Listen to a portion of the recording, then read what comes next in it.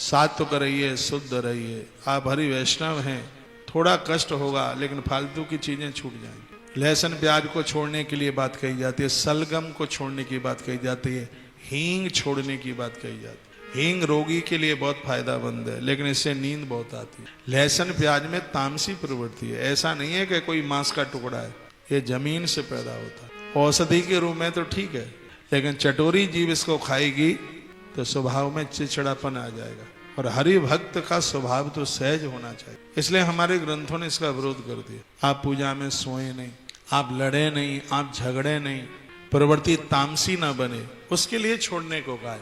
ऐसा नहीं है कि तुमने लहसुन प्याज खा लिया कि धरती फट गई, आकाश गिर गया, ऐसा कुछ नहीं है बिल्कुल। और बहुत लोग तो कहीं खा खू लें तो 3 दिन तक तो बेहोश होते हैं, इस बात से हमने लहसुन खा लिया अब क्या हुआ, कुछ नहीं होगा। कोई बहम मत पालिए।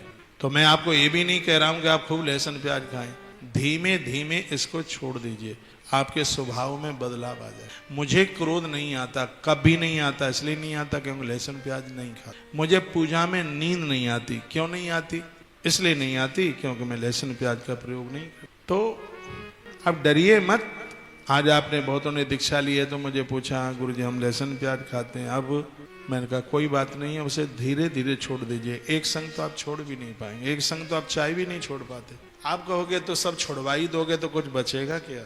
आप तो 350 चीजें खाते हो, एक चाय छूट जाए क्या दिन? हाँ, इतनी चीजें सब बहुत कुछ तो आप खाते हैं, थोड़ा परिवर्तन कीजिएगा। वस्त्र, भोजन, ये तो सब बहुत सावधानी पूर्वक, ये तो हमारा जीवन परिवर्तित कर देता। अभी मैं कहीं पढ़ रहा था कि काले कपड़े व्यक्ति के स्वभाव को बदल देते हैं, कर्कशता लेके आ जाते हैं, चिड़चिड़ापन लेके आ जाते हैं। सोई तो मैं कहूँगा रावण पीला क्यों नहीं पहनता था, वो काले ही पहनता था।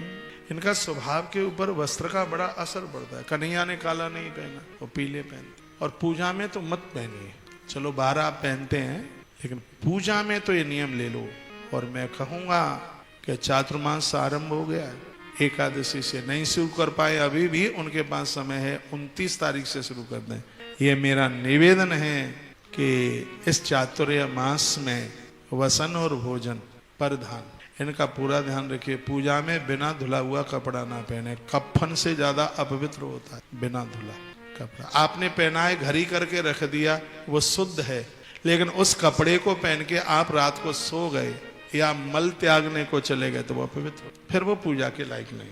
आप शादी में गए, प्रोग्राम अटेंड किया, आके वस्त्र चयन कर लिया, आपने रात को उन्हें पहन के सोए नहीं तो वो शुद्ध है। और आपने रात को पहन करके उसे सो गए हैं, वो पूजा के लायक है ही नहीं कपड़ा, यहाँ तक वो मंदिर में भी जाने के लायक नहीं।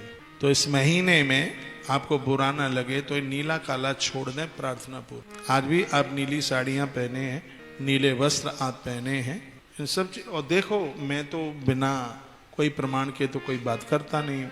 आराधना साधना पूजा पाठ में आपके ध्यान में इस वस्त्र का भारी प्रभाव, आपके खान पान का भारी प्रभाव पड़ता है। जब करने के लिए बैठे तो पहले प्राणायाम करें। प्राणायाम में श्वास ऊपर खींची जाती है, फिर रोकी जाती है, फिर छोड़ी जाती है। सुबह कर रहे हैं पूर्व में मुंह, शाम को कर रहे हैं पश्चिम में।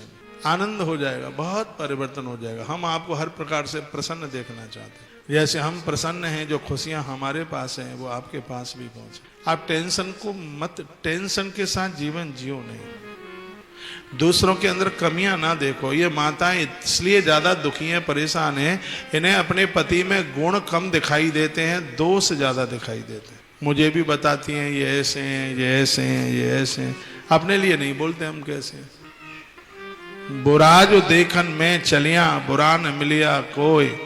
और सच में ये मान लें, जब खोजूं मैं अपने आप को तो मुझसे बुरा न। किसी को बदलने की जरूरत नहीं है, अपने आप को ही बदलना शुरू कर दो, पूरी दुनिया तो अपने आप बदल जाए।